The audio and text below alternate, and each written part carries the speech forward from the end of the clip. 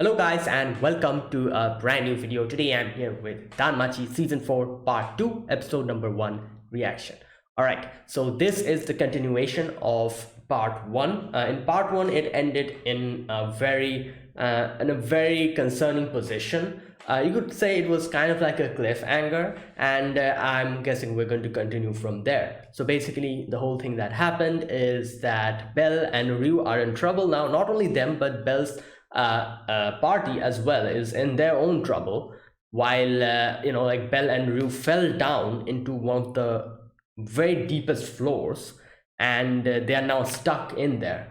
So like it's like very deep. I don't exactly remember the exact floor they fell in, but it was like at least like 7 to 8 floors deeper than they already were. They were struggling with the monsters over there. Now that they're more deeper, this will be even more difficult. Now both of them are injured, so I do wonder how they're going to survive this. And unless and until they find some allies in there, I don't know. I don't see any kind of like I don't see how they're going to survive there. Like, they need some ally. They Both of them are injured, both of them are bleeding, and they need some rest, and all these things. So let's see what happens, and yeah, let's see how this whole thing goes. So anyways, let us begin. This is episode number 1 of Danmachi season 4, so part 2. So yeah, I'll be putting the subtitles and the timer here. Sync it to whichever is your preference, and let's get started. Okay, here's the countdown. 3, 2, 1, go.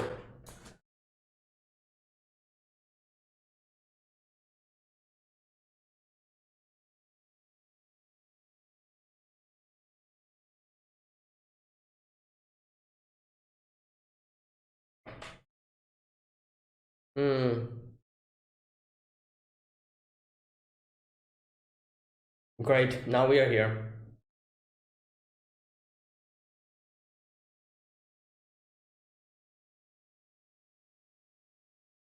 Damn, it's like...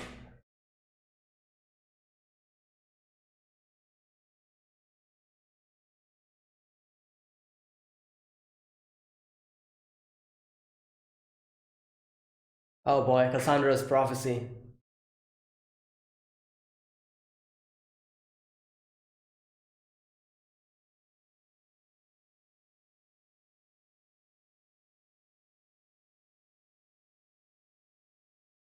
Oh shit.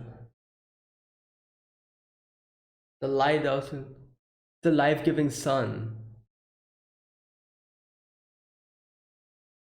Offer up the flame.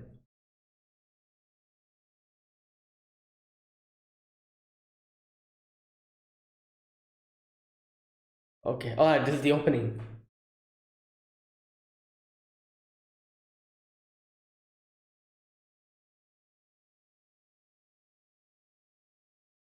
Okay.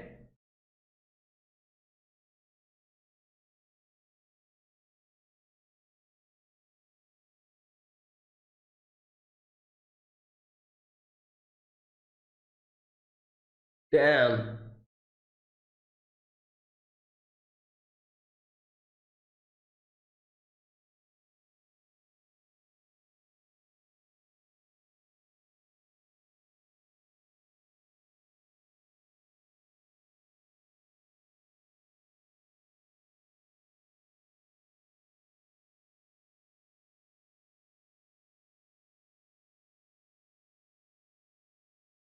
Damn.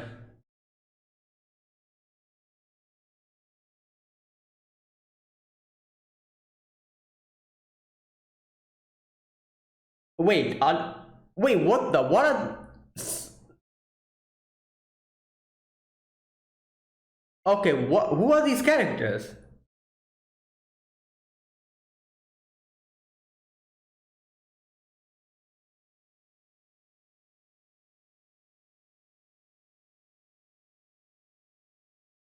Okay, there's a few characters we saw here who we've never seen before.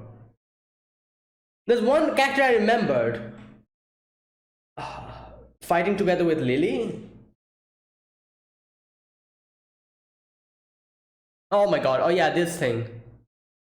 This is the other problem we're facing. What was this name? I forgot. Lambdon, I think. No, no, this is something else. Wait a minute. Wait, what was this thing's name?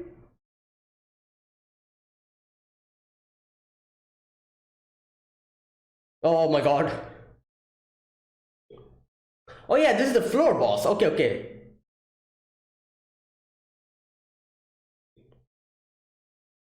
My god. Yeah. Blue nap. Damn. Yeah. Exactly. Like we don't know what else to do.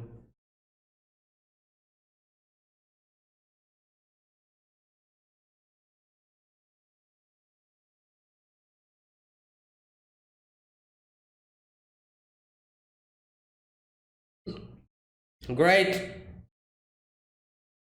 Wait, what the? Oh my god.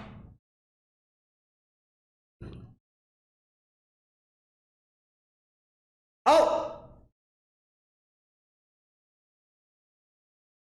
Oh. What the? Wait, who was that? Oh. Oh my god. It just melted. I guess that was a.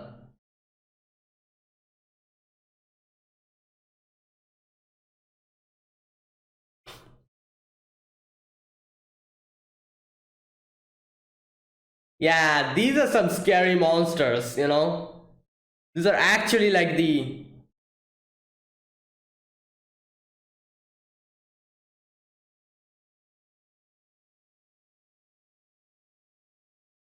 My god.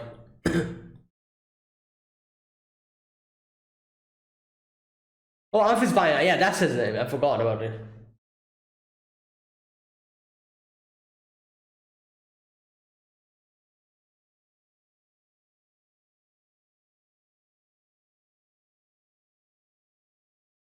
Hmm.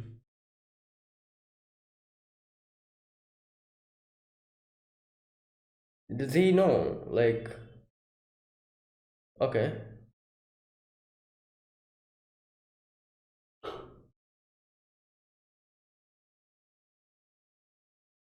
It's unlikely to migrate.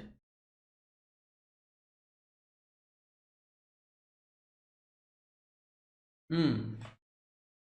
Why?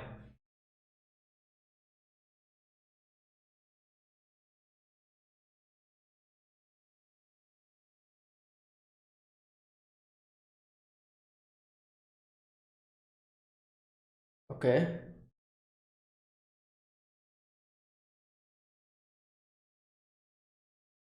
Oh my god. Yeah, he's like given up, I guess, or given up all hope. Like, with what's going on, it's really impossible to survive from here.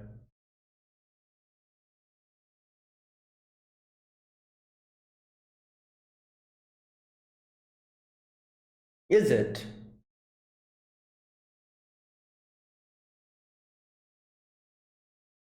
Yeah.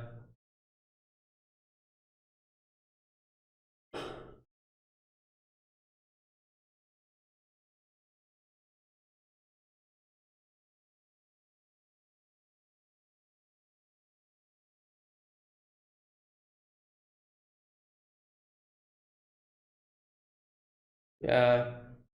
Like, it's unknown. Like, we're so deep in, we don't know what.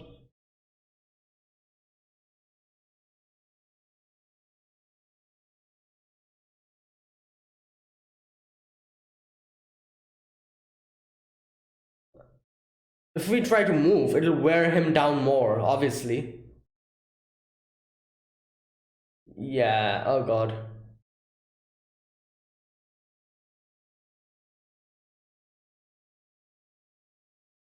Oh, it's. Oh my god.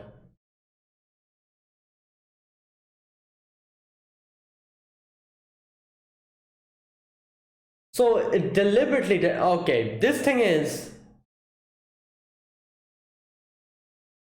great.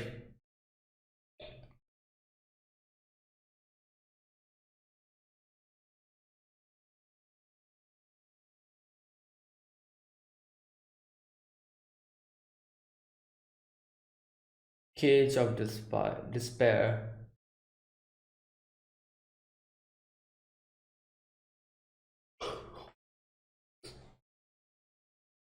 Hmm.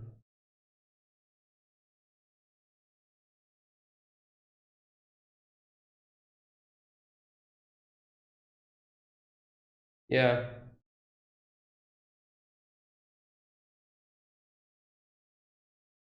What? Oh, because yeah, yeah, everyone's like given up. What? Okay, yeah. Nah, this is too much.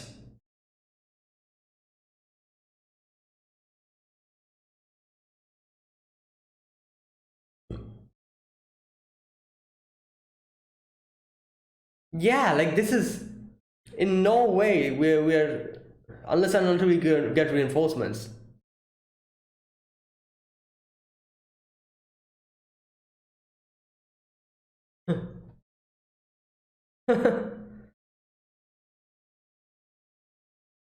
Yeah, like you need the morale. Like,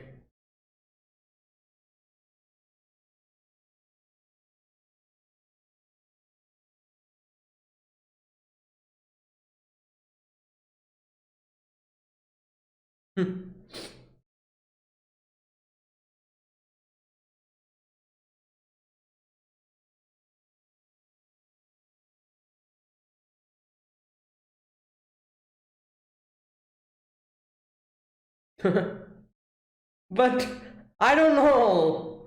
Like this is some high level. I don't know.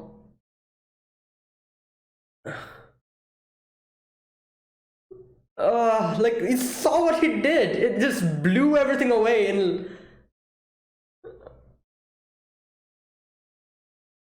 uh, like we need a solid plan here.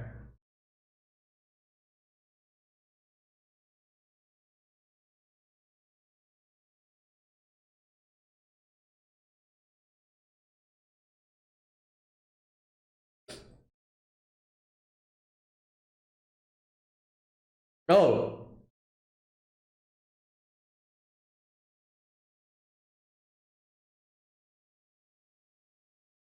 damn.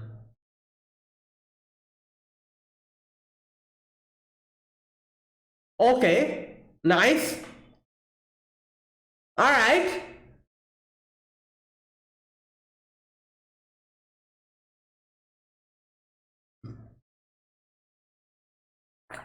Crazy how she's not slipping. It's eyes. The balance that she has. Damn.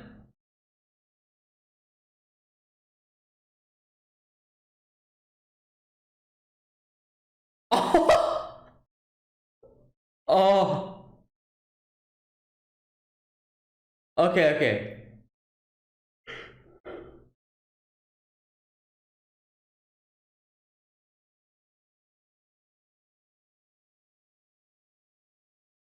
Oh.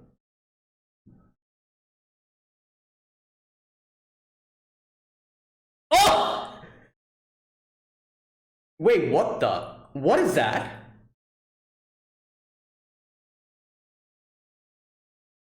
Oh god.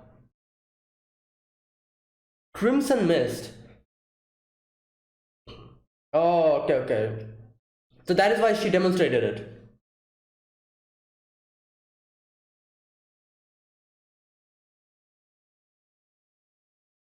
I don't know. Yeah.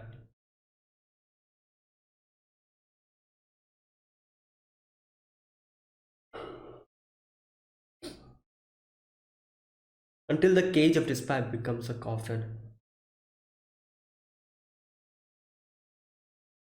Oh, here we go. How do we miss? How do we miss power?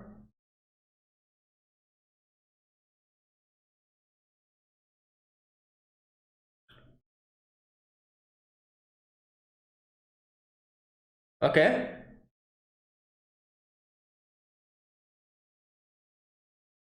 But I guess I was going to say, wouldn't it be better to use it on Aisha as well? Because, she's already over leveled. Level 4 or something. Okay.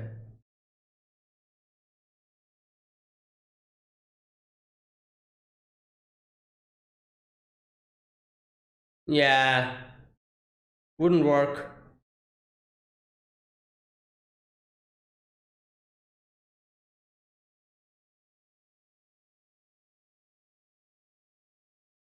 Okay.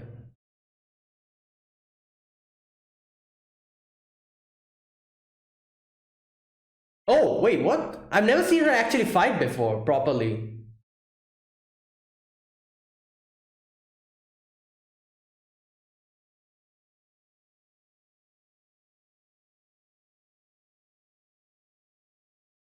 Hmm.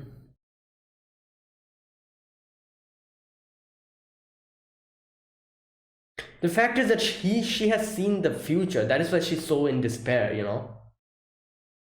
Oh, wait, it's come here. Okay, there you go.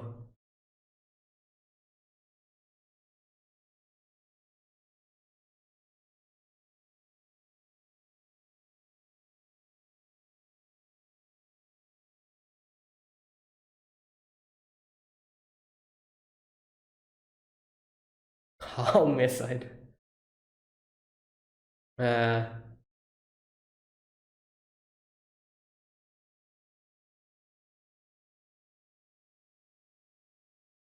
yeah. Okay, they're going to go there. I saw them together fighting with Lily and everyone. So, in the opening.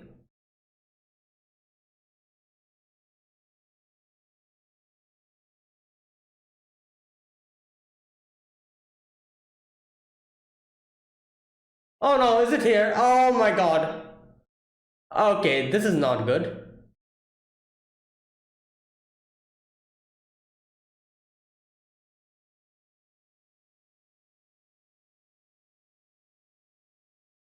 Oh my god.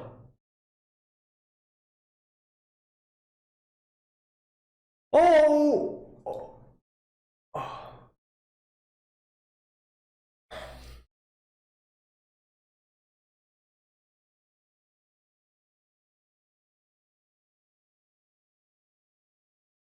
Okay, we kind of got a little bit.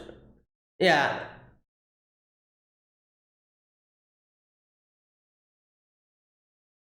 What? Just dove in? Oh my god. Great. Wow. Us-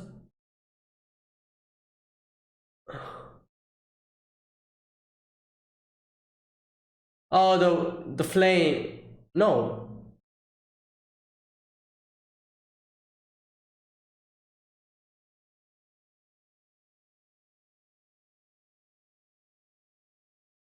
Hmm.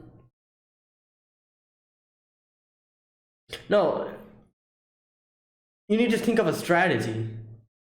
Like, what can we do here? Like, each head has its own need, like, own thing. Like, one is that breath, the other one is that mist.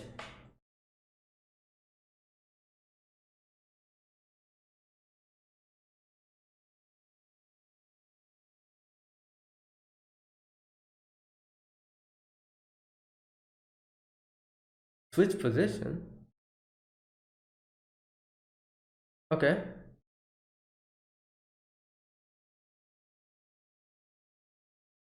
Oh, she's using her gravity magic.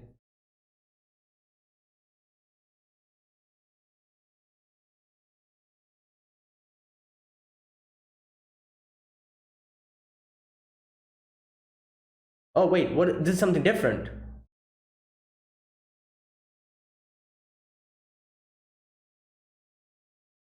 Okay, okay. All right. Yeah, she's using her gravity. Futsunomi Tama, yeah. Damn, that's huge. Thank God she has a level boost.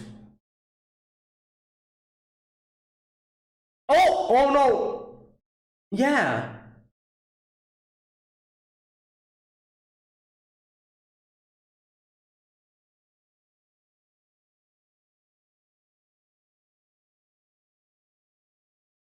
Oh, okay, okay.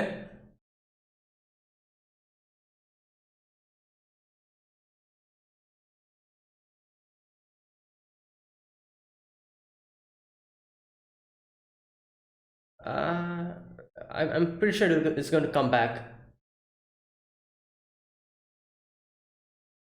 Okay, okay, okay, okay. Yeah, now's the time.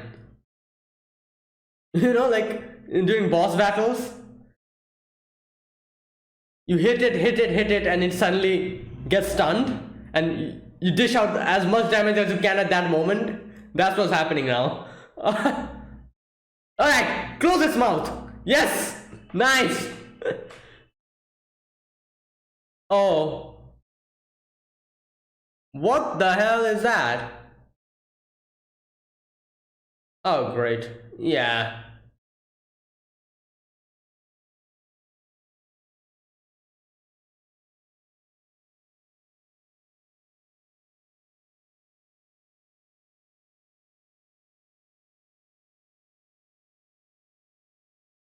She's thinking too much of her prophecy. Like, that's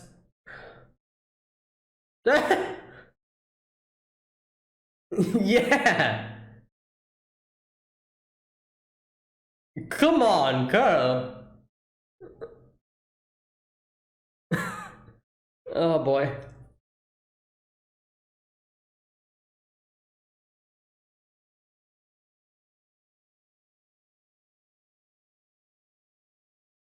It's like a double-edged sword, you know, her prophecy. It scares her as well. It makes her give up.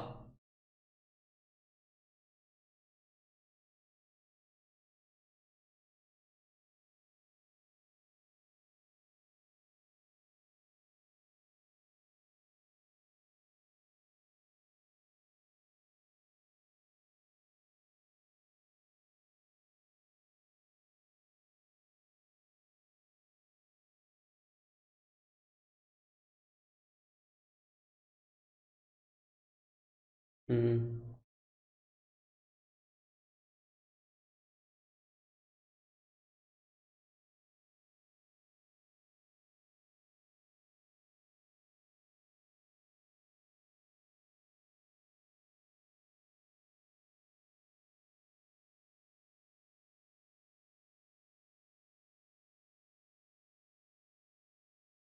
Hmm.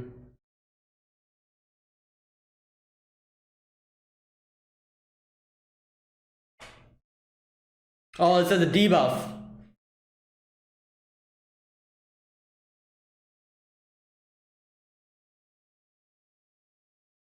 Debuff resistance or something like that. Oh no, wait.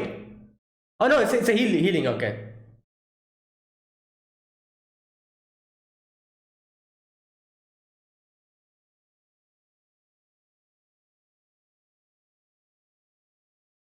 Yeah.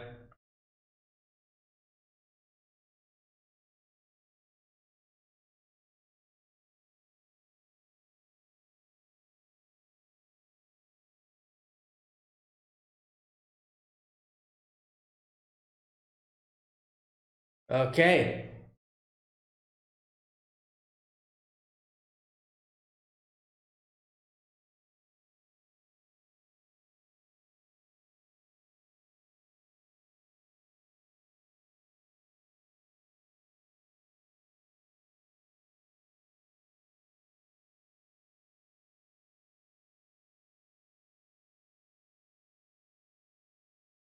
Oh wait.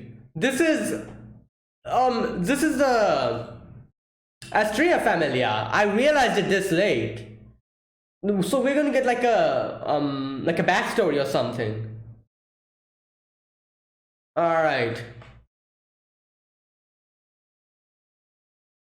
Like I kind of remember seeing them in Danmachi Memoria Freeze. I stopped the game though. I don't play it still, but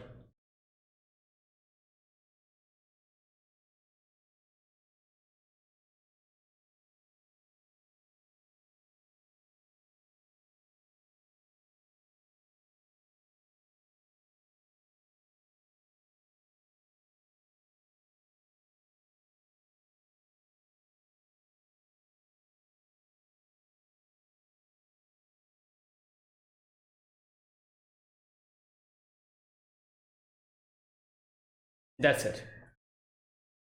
Okay, so there you go. That was the first episode of this part. And yeah, we continue from the previous season. What exactly happened? We were like, kind of left off in like a cliffhanger-ish section, and yeah, we continue from there. Even though we don't get to see much of Belle and Ryu in this episode, we focus more on Belle's party in this episode. And I'm guessing in the upcoming few episodes, we're going to see more of Belle and Ryu. However, all that happened with Belle and Ryu is that they, Belle woke up and he's kind of like taking Ryu to safety, and that's it. And we've seen the Juggernaut come in, and they're just behind them, and that's when that's all that we got from this episode. However, the majority of this episode was focusing on Belle's party and how they're fighting the floor boss. I think its name was Amphisbaena or something like that. And all right, so this episode we begin with that scene. Belle is stuck, Ryu is unconscious, and we get to listen to the prophecy again a little bit. And you know what? I'm going to focus on this part of the prophecy a little bit because it actually tells us how to get out of it. Okay, just a minute. The cage of despair shall become a coffin, and thou shalt suffer. All right. Do not forget, the light thou seekest is the life-giving sun, for there is no other. The light thou seekest is the life-giving sun, but there is no other. So we're like, the light that we are seeking is a life-giving sun.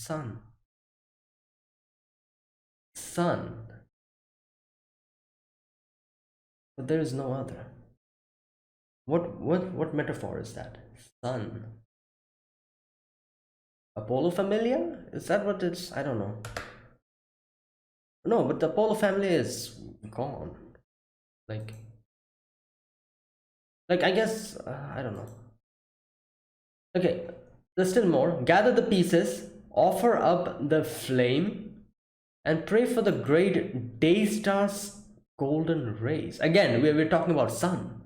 So there's some kind of a metaphor, I'm guessing. Take heed, it is a banquet of tragedy. All right, that's the prophecy, the ending part of the prophecy. All right, now after that we begin the episode, the next part of the episode after the opening. We get to see Belle's party, them struggling against that floor boss, and obviously the floor boss is these huge dragon.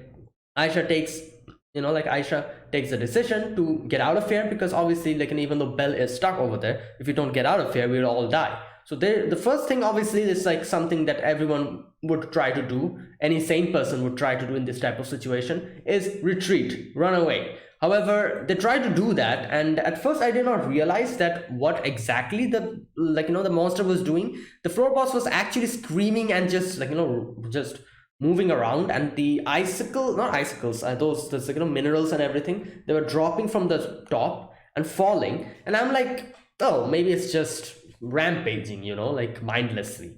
No, it was actually trying to block them, and it was deliberately doing that.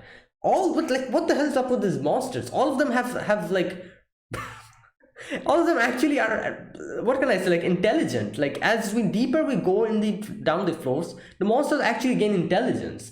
For example, here this monster actually tries to block our way to run away, because the party was actually trying to run away. Belle's party was like, you know what, screw this, we're not we're not meant for this, this thing is too over leveled and too overpowered, so let's run away. So that was what they were planning to do. And this thing, somehow it realized that we're trying to run away and decides to just block the road by making those things fall, and the whole escape routes, all of them gets blocked out. So yeah, it deliberately did that. I'm pretty sure. Now we get a little bit of a what's it called? Kind of get to see how strong is this thing's firepower, the breath that it was using, because Oka comes and for a moment Harume kind of trips, and Oka comes to try to block the breath, and his his shield just gets molten down completely, and that's how strong it is. So in no way are we going to survive if we get hit by any of the breath. So we have to actually dodge or somehow block it, and blocking it is also not an easy job. So there you go. And yeah, they see they're blocked here, and yeah, that's what's going on. The thing blocked the Bell's party over here. We get to see Oranos a little bit more, and Oranos explains that what's going on to Fels. For a moment I forgot his name. Fels. Yeah, Oranos explains the situation to Fels, and Fels is okay. Fels is surprised that the Juggernaut actually decided to migrate to a different floor, saying that it might be bloodthirsty, but given the implications of its birth, it's unlikely to migrate to a different floor. Which I guess is true. Like, the reason why the Juggernaut came out is because the dungeon got injured, at the same place in a very small amount of time. So that is why it was born. So it makes sense, since that floor was damaged, it should probably hover around in that floor. It shouldn't go somewhere else or migrate towards somewhere else. So it went to a different floor. Obviously, they don't know that that guy, what was his name? Judah or something? I forgot that guy's name. That guy who was trying to control the Juggernaut. Obviously, the Oranos and Fels doesn't know that all these things are actually happening in the background. That one guy is trying to control the Juggernaut, and that's what that's why it's kind of doing stuff like this. And it makes sense. The reason why it actually followed Bell and Rue down into that floor is because the control is still not gone away. Even though the guy died, the control is still not broken. So that is why it decided to follow them. And yeah, if it was normally, if it was there normally, it probably wouldn't have migrated to a different floor, because that's not how this thing is supposed to work. It came out because those two floors were damaged, and it should be around those two floors. The reason why it migrated is because of an anomaly, and that anomaly is the mind control that's going on, the control that guy did. So that is why and that's my guess, that is why it decided to migrate, obviously. And okay, and here they say, at any rate, if you want to get a handle of the situation, we should send in reinforcements. And Oranos, okay, going through proper channels will take too long. Oranos says we'll do everything we can, even if it's all for naught. Okay, so I'm guessing they're going to do something. They say that officially we can't do anything, but we should do that. My guess is, later on we get to see Hestia goes to the I forgot the name of the place. The place where Rue works. Rue and Sir works. That place, the tavern or whatever. I forgot the name of the place. It has a very, very, very, very nice name. What's the name of that place? I forgot. It has a very nice name, a very catchy name. Wait a minute. You know what? Let me check. Rue. I'm pretty sure if I go to Rue's character sheet, I can probably find out where she works. Just a minute. Hostess of Fertility. There you go. Yeah, there you go. That's the name. I'm like, yeah, that's a very, very, very, very, very nice name. And Hostess of Fertility. There you go. So yeah, my guess is, as they said here, that to officially we cannot do anything now, obviously, because officially we need to go to the guild, this and that. It's going to take a long time.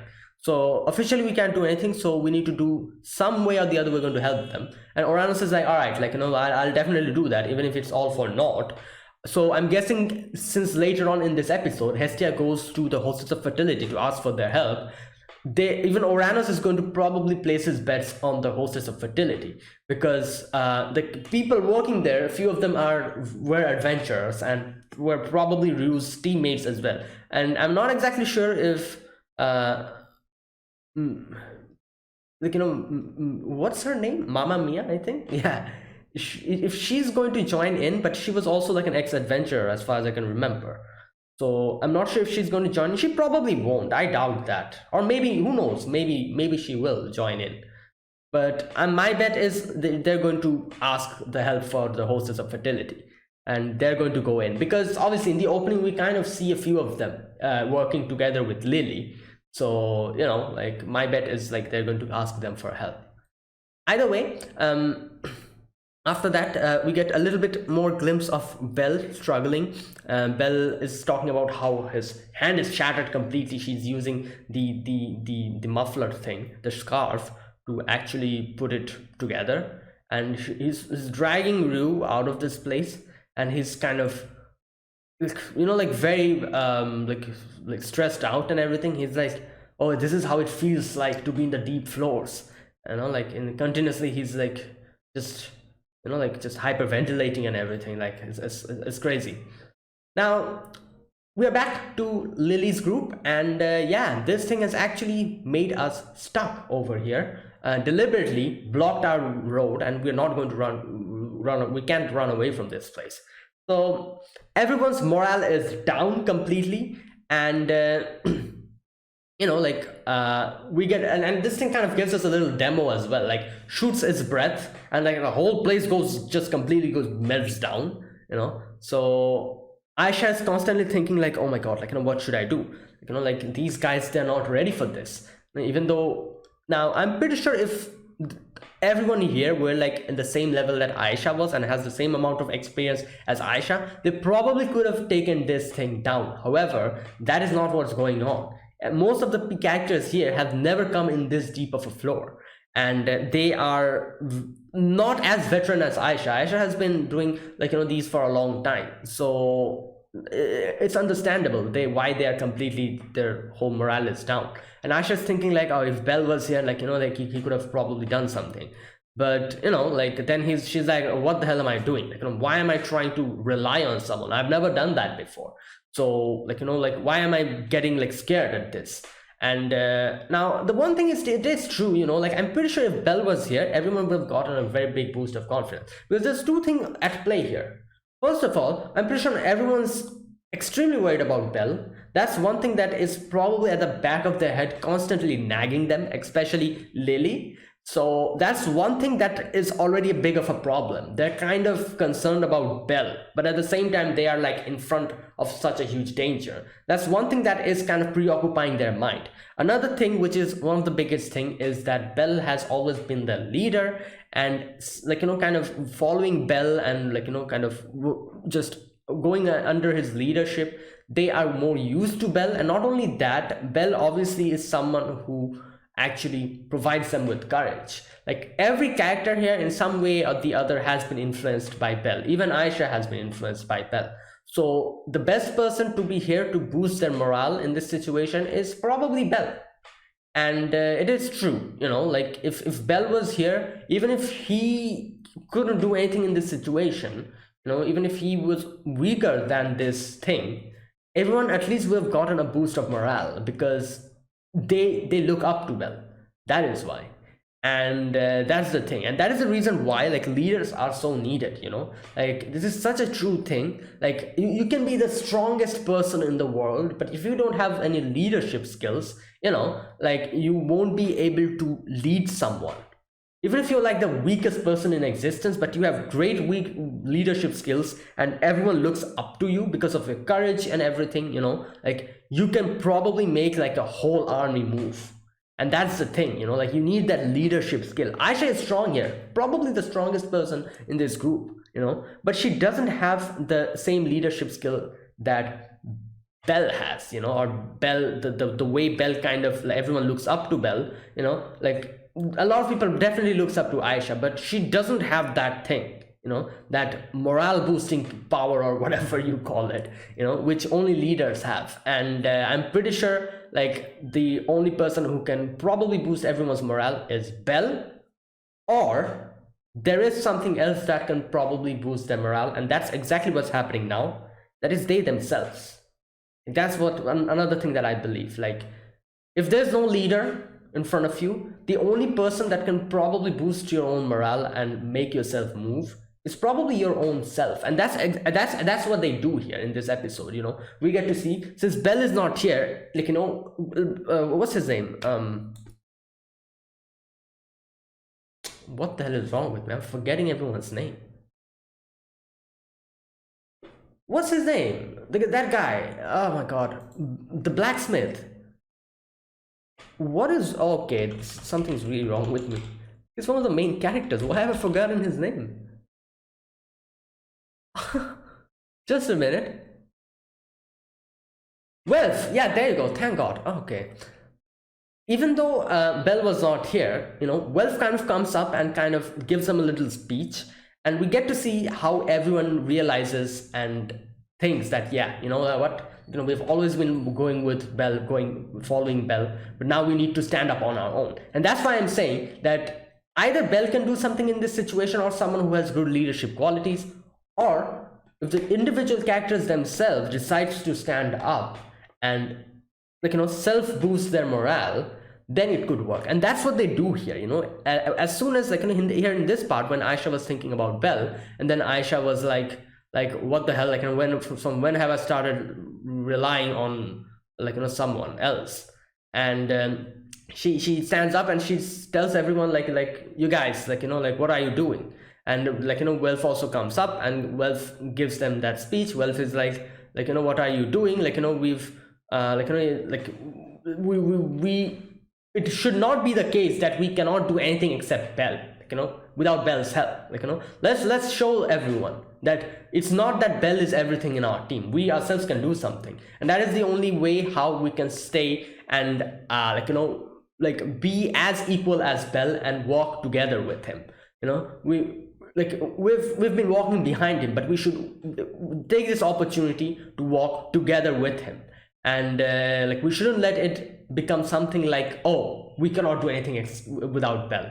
We should stand up on our own. And he gives this little speech to everyone, obviously kind of making them think. And at that moment, I'm pretty sure everyone in this team thought about that whole situation, and they themselves decided to stand up. So either you yourself can boost your own morale, or a leader. Since there was no proper leader here, no one you look up to, the only one that can boost your own morale is you yourself. So everyone is like, what, yeah, we have to do this. And they stood up, Lily and everyone else got ready, except one person, Cassandra.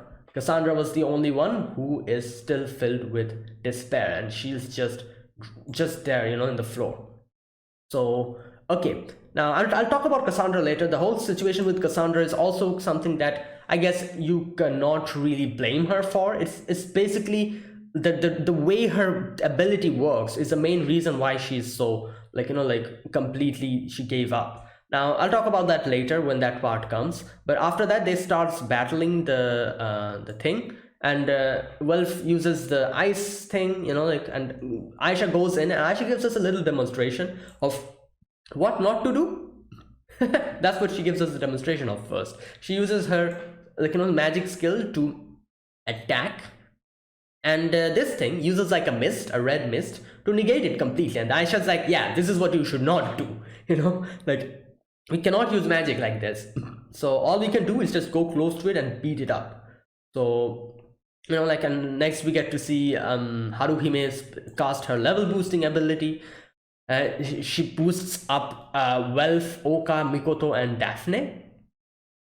And this 4. Now I was wondering, I was like, wait a minute, why is she not boosting Aisha? But you know what? I feel like in this situation, what we need is the maximum number of people. I was thinking oh, if you boost up Aisha, maybe she could deal more damage. Since she's already a level up, a level higher than everyone, she could have dealt a bigger damage and maybe made more more of a difference here. However, now that I'm thinking about it, it's like a tricky thing here. One thing you can either do is put your eggs, all of your eggs in one basket, or spread it around. Haruhime decided to spread it around. Instead of level boosting Aisha, who's already a level higher than them, she decided to level up someone else to make she went with quantity instead of quality. That's what she went with. And I feel like in this situation it's a better decision, I guess, because what we need now is most of the people to survive. And for that, wait a minute, she was not using it on Aisha, was she? Just a minute, let me check. Let me just double check, because I'm pretty sure Aisha, she did not use her ability on Aisha. Yeah, she's not using her ability on Aisha. There you go. So yeah, like I was saying, instead of level boosting Aisha, who's already one level up and is able to do properly without a level boost, she decided to level boost someone else, which I guess it's, like I said, it's better in this situation, because what we're working for now is survivability, and the maximum number of people that are going to help us will be better. So we need more people instead of one person to be overpowered. So that is why. And yeah, so after that we get to see everyone using their own skills, you know, like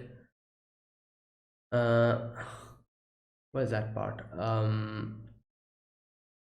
Chigusa and Lily is still haven't been level boosted, but they're still trying in their own way. And Daphne in the end says, Cassandra, like, you know, heal us properly, and leaves. And but Cassandra's completely just, you know, like just given up. Now next we get to see Hestia has gone to the Hostess of Fertility with the letter, and she talks about the situation, how Ryu has been framed for a murder. And obviously everyone in the Hostess of Fertility, they know Ryu, and they're like, what the hell, obviously, like, we don't believe this and everything. And you know, like, and Hestia's like, I think, like, you know, they didn't say much thing in the letter, however I get a bad feeling that something's going to happen, so I was hoping you lend Belle a hand. Now obviously, like I said, I'm pretty sure this, like, you know, these three will probably accompany us, or maybe a few of them. I'm not sure how many of them will come with us, but a few of the people from the Hostess of Fertility might actually go to the dungeon and, I don't know, try to help us out. I'm not sure. We'll have to wait. And since the Hostess of Fertility, like, you know, the people working here are kind of like an unofficial adventurers, you know, like they're not actually with the guild, you know, this is like an unofficial, like, you know, help that they're getting, which Orano was speaking about a few moments earlier. And Fels was talking about, like, you know, like going through the guild will be too much trouble, so we need some people who can unofficially help us. So these people are, I'm pretty sure these people will be the best people for that. But anyways, let's wait, let's see what happens. Now we go to Belle again. Belle is trying to get Rue out of here, and boy oh boy, in comes the Juggernaut, and it's still being controlled, I'm guessing. And yeah, it's just behind them. So again, we are back to the fight scene. Lily's party is battling the thing, and now this thing is starting to use new tricks. It's trying to going underground now, not underground, sorry, underwater, and just jump scaring us, like, you know, like from nowhere. That's what it's doing now. As soon as it realizes that things are kind of getting difficult, it starts jumping down underwater and comes out. So here, Lily is kind of thinking. Lily is like, what should I do? Everyone's helping us out. What am I supposed to do? And she remembers Daphne telling her to assess the situation calmly and decide how to maneuver the situation. And she thinks of something. She's like, maneuver the situation, looks at the place where the escape route is blocked, looking at that place, and she thought some plan, I'm guessing. The first thing she says is like, Mikoto's time to switch position, fall back. Daphne pulls forward and use your skill, Mikoto. And Mikoto starts using the first skill, which she uses is the skill called Yata no Kurogarasu. And I'm guessing it's like a sensory skill where she detects where exactly the monster is. And she warns Aisha, and Aisha, like, you know, narrowly dodges the whole thing. And then she uses Futatsu no Mitama, I think that's the name of the gravity skill. And she's using the gravity to kind of, like, you know, like just bring it down.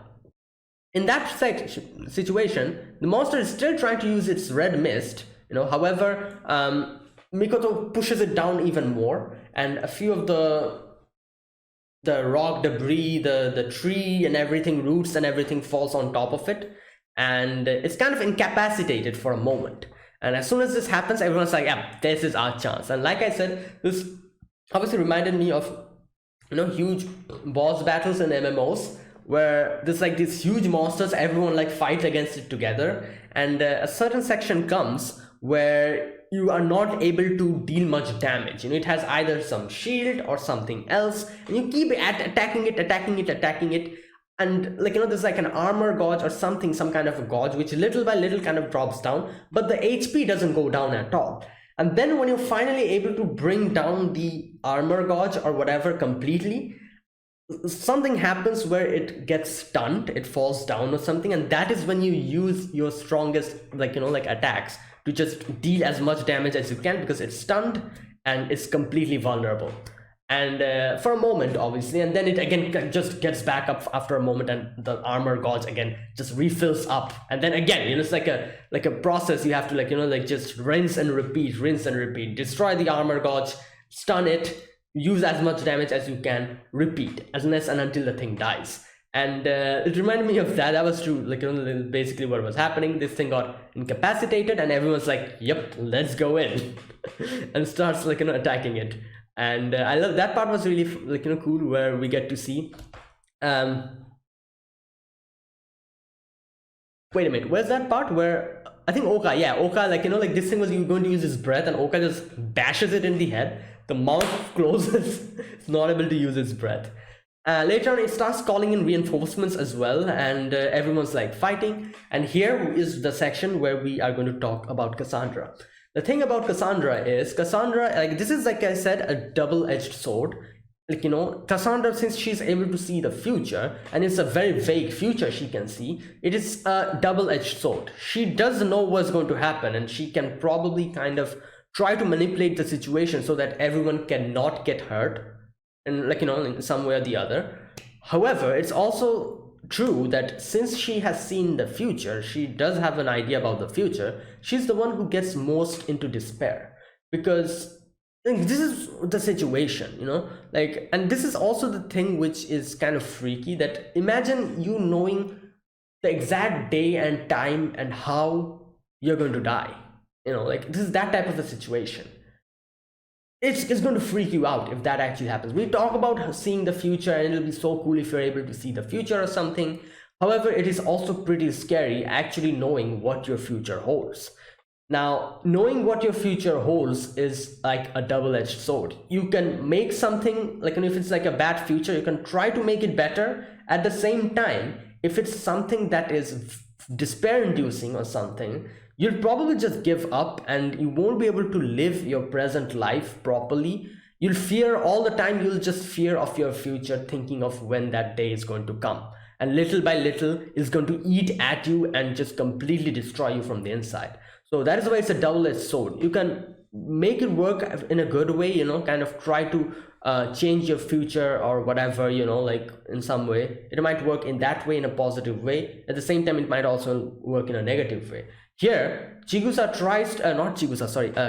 tries to warn everyone continuously from the beginning. However, because this is Cassandra, Cassandra's, as far as I know, someone in the comments mentioned to me, no one listens to Cassandra because of the legend that Cassandra had. I think it's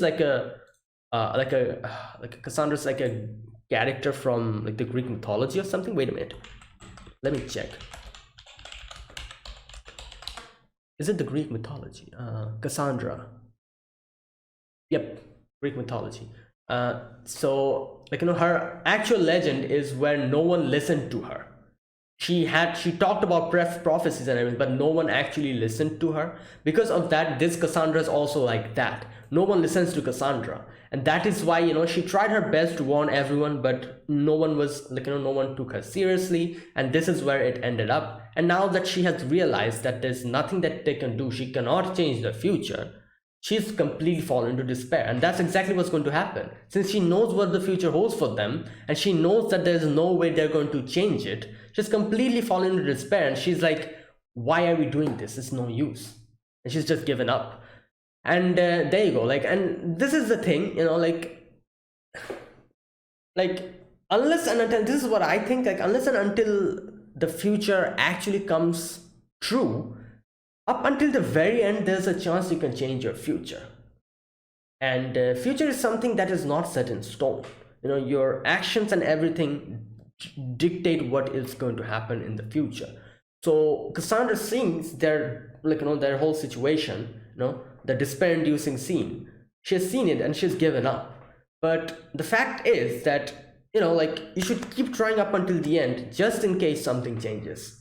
And I guess that is the best way to do something. Like I can understand why she has given up, because she's like, why are we doing this? Like, it's impossible. But later on, as we get to see, Daphne comes in, grabs her, and she's like, what the hell are you doing? You're a healer, for God's sake. Heal us. Like, you're just sitting down here crying like a little kid. Like, just like, like she says, I've got more important things to do than babysit you. And you've come here with us, so try to help us out. And here Cassandra says, like, no matter how we struggle, the despair will overtake us eventually. And she's like, despair this, despair that. You think I'm not scared? I'm scared as hell, but what choice do I have? Liluka and the others took a stand, and I wasn't ready to call it quits. That's why I choose to fight. And there you go. She's like, you've grown on them too, haven't you? You like them as well. And they're sappy, naive glory, so make yourself helpful to them. Heal their wounds, protect them from harm. And look to the future, meet it head on. And obviously this line, look to the future, meet it head on, probably made Cassandra realize what she was doing wrong. And she's like, all right, I'm going to help you guys out. I'm sorry, it took me so long. And she casts a healing spell on them, and it actually made me realize, I'm like, wait a minute, no one was actually healed, no one was healing them. I guess Haruhime does have healing spells, but she's not a healer. I wouldn't call Haruhime a healer. She's like more of a like a party buffer or something, that type of character. So Cassandra being an actual healer, I guess it really helped us out. Because Haruhime was trying to heal them and kind of healing them at the same time using the level boost. So yeah, Cassandra helping us out in this situation really kind of worked well. Now yeah, and after that we get to see everyone. Cassandra's like, sorry I'm late, and yeah, and they're ready to face it head on. Now that's where it ended. And yeah, there you go. That was this episode. So like I said, we got to see maximum of the Belle's party in this episode. We didn't just get to see much of Belle. I'm guessing that we'll get to see that in the next episode, more of Belle and Ryu's situation. Either way, that was a solid start, and yeah, looking forward to what's going to happen. This is a very difficult situation that every one of them are in. It started in a very tense way, so yeah, let's see how they get out of this mess. And yeah, anyways, that is it. That's my reaction to episode number 1 of Danmachi season 4 part 2, episode number 1. If you guys enjoyed this video, be sure to press the like button and subscribe if you're new to the channel, or you haven't subscribed. Comment down below anything you want to say, anything you want to let me know, and I'll check them out. And that is it. Thank you for watching, guys. And oh wait, I forgot. I always forget to do this. I've made a Discord server. If you want to talk about anime or anything else, it'll be linked down in the description box. You can click on it, and there's a few people over there, and you can just talk to them and discuss anime. So yeah, I always think about saying this in the end of my videos, and I always forget. Anyways, so yeah, see you guys in the next video next week. So yeah, until then, goodbye and have a nice day.